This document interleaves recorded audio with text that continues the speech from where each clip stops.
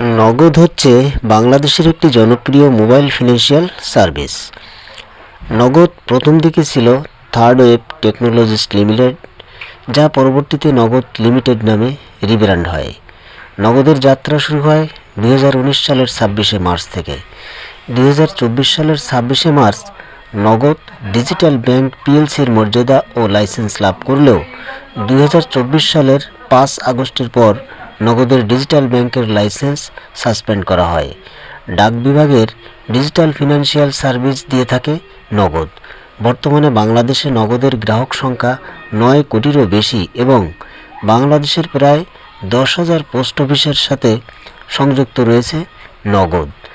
প্রায় সব ধরনের ডিজিটাল আর্থিক লেনদেন নগদের মাধ্যমে হয়ে থাকে, যেমন বিদ্যুতের বিল পরিশোধ, কেনাকাটা, রেমিটেন্স রিসিভ, এমনকি বয়স্ক ভাতা, বিধবা ভাতা, ছাত্রছাত্রীদের উপবৃত্তি নগদ পরিষেবার মাধ্যমে আমরা পেয়ে থাকি। তবে সমস্যা এক জায়গায়, সাধারণ মানুষের একটা বড় অংশ নগদ অ্যাকাউন্ট ওপেন করতে জানেন না, বা অ্যাকাউন্ট ওপেন করতে পারলেও অনেকে আবার নগদের পিন নম্বর ভুলে যান, ফলে মোবাইল থেকে টাকা উত্তোলন করতে সমস্যায় পড়ে যান। আপনি নিজেই পিন রিসেটের মাধ্যমে এই সমস্যার সমাধান করতে পারেন।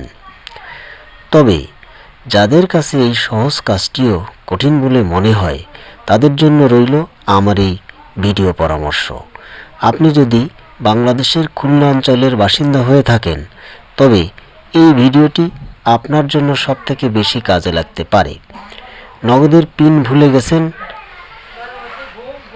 কি করতে হবে কিছুই ভেবে পাচ্ছেন না, নগদের অফিস খুঁজে পাচ্ছেন না, এখানে ওখানে একে তাকে জিজ্ঞাসা করেও তেমন সুফল মিলছে না, তাই আপনার জন্য নিয়ে এলাম এই ভিডিওটি।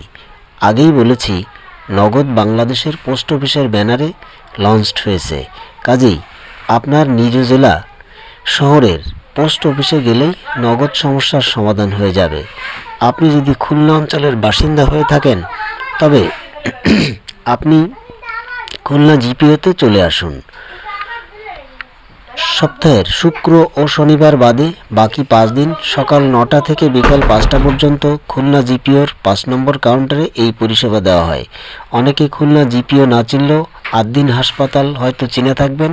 জিপিও আদ্দিন হাসপাতালের ঠিক বাঁ পাশে অবস্থিত। আমার এই ভিডিওটি যদি আপনাদের ভালো লাগে, তাহলে আমার এই চ্যানেলটি সাবস্ক্রাইব করুন, লাইক দিন এবং শেয়ার করে ভিডিওটি সবার মাঝে ছড়িয়ে দিন। সকলকে ধন্যবাদ।